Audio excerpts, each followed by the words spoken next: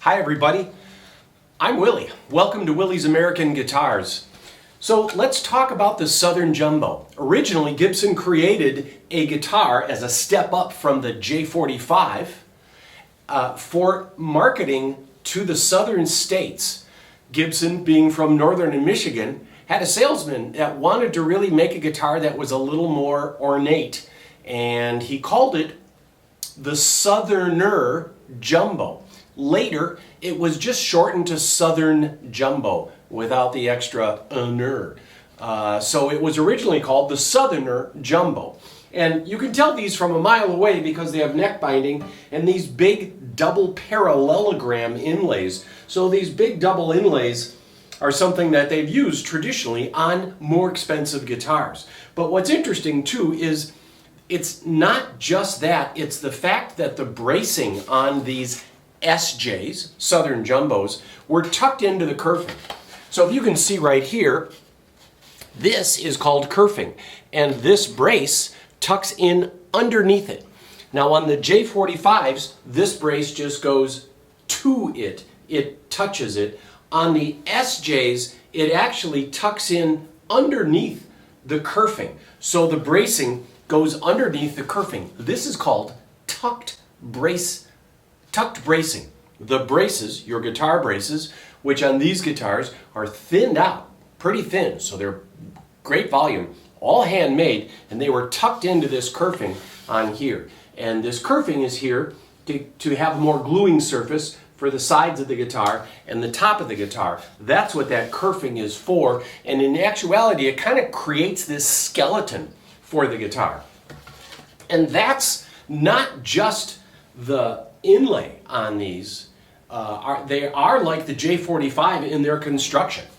They are like the J45 in that they're a mahogany-backed guitar, mahogany neck, and a spruce top. All very much aged and all from very old trees until the modern times when you can't find old trees and they're hard to grow because they take hundreds of years to, So the Southerner Jumbo had this tucked bracing and this more featured.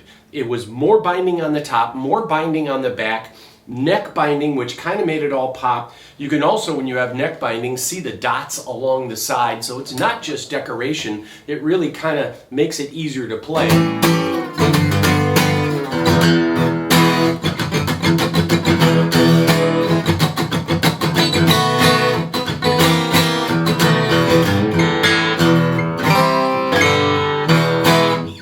So, this in my hands has a beautiful brown case. We got this from the family of the original owner. And this is a 1962 Gibson SJ. And the Gibson SJ, as I said, spruce top, mahogany back and sides, just like most of the famous guitars that Gibson made, the J45, the Hummingbird, and the SJ.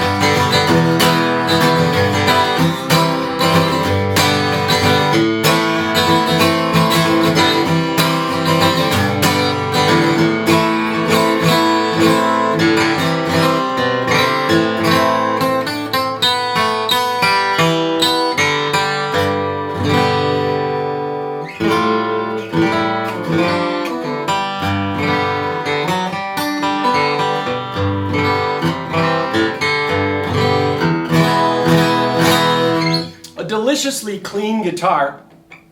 By the 60s, Gibson had started going to more of this cherry sunburst finish. This still has the tobacco sunburst finish.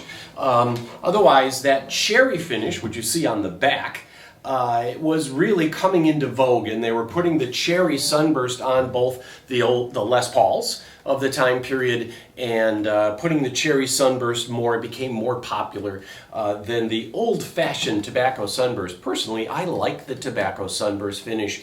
It usually means it's an older guitar, and it's rare on a 60s guitar. You will get more out of a 60s Gibson with a tobacco sunburst than you will out of a cherry sunburst because there's more demand for it.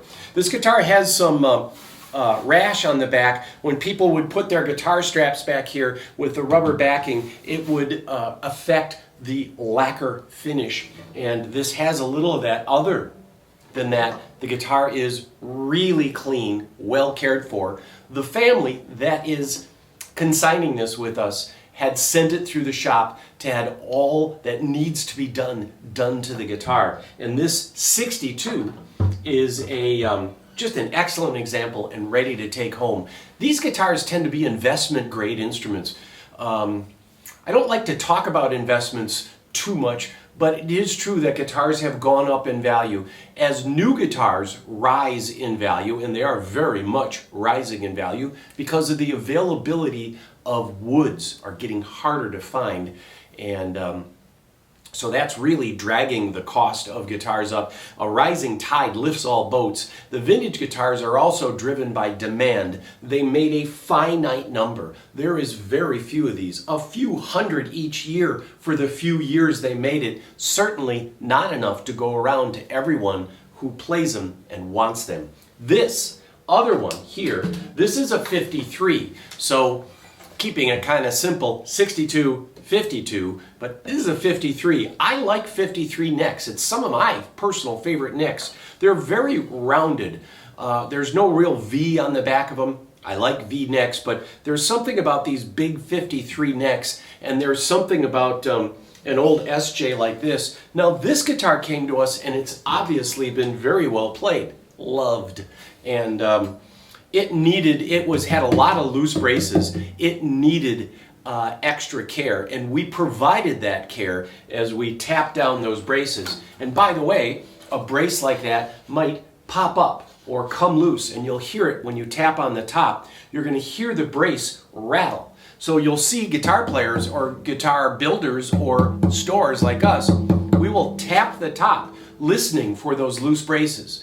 And again, it's all about this skeletal. It should all be tight and glued down, and it provides better sound, provides better protection against the string tension, and you want to have your braces tacked down, your bridge plates placed in place and glued in and not coming undone. And of course, on the outside, things like the bridge that comes up. But tacking down braces is something that needs to be done on all guitars. If they're loose, they are not functioning the way they were designed to be. Now, let's play the 53.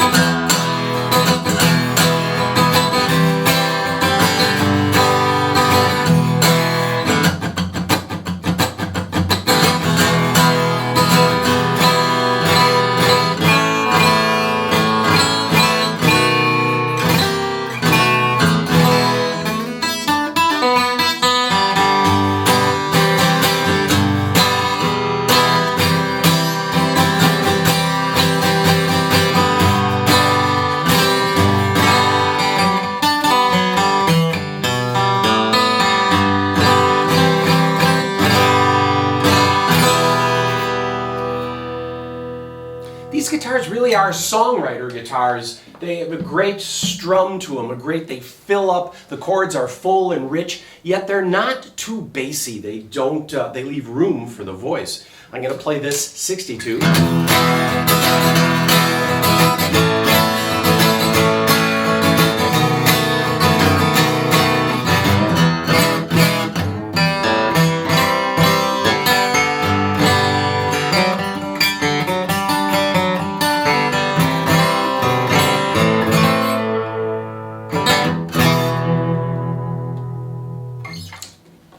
One more time on this, and then I'm going to close up this little video here I'm doing late at night after the shop closes.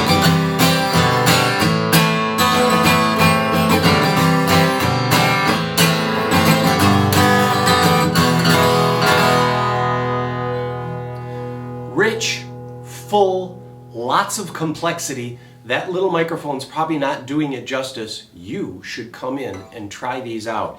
This is on our website. It is a 1953 SJ. It's been through the shop. It's got lots of scratches and dings. That will press its value down. It's been completely shop checked. That makes it something you don't have to worry about.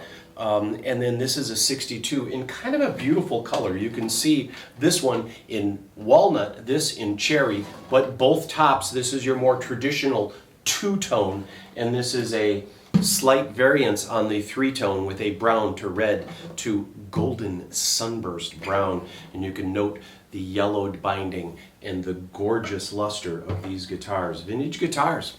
We love them. See you next time.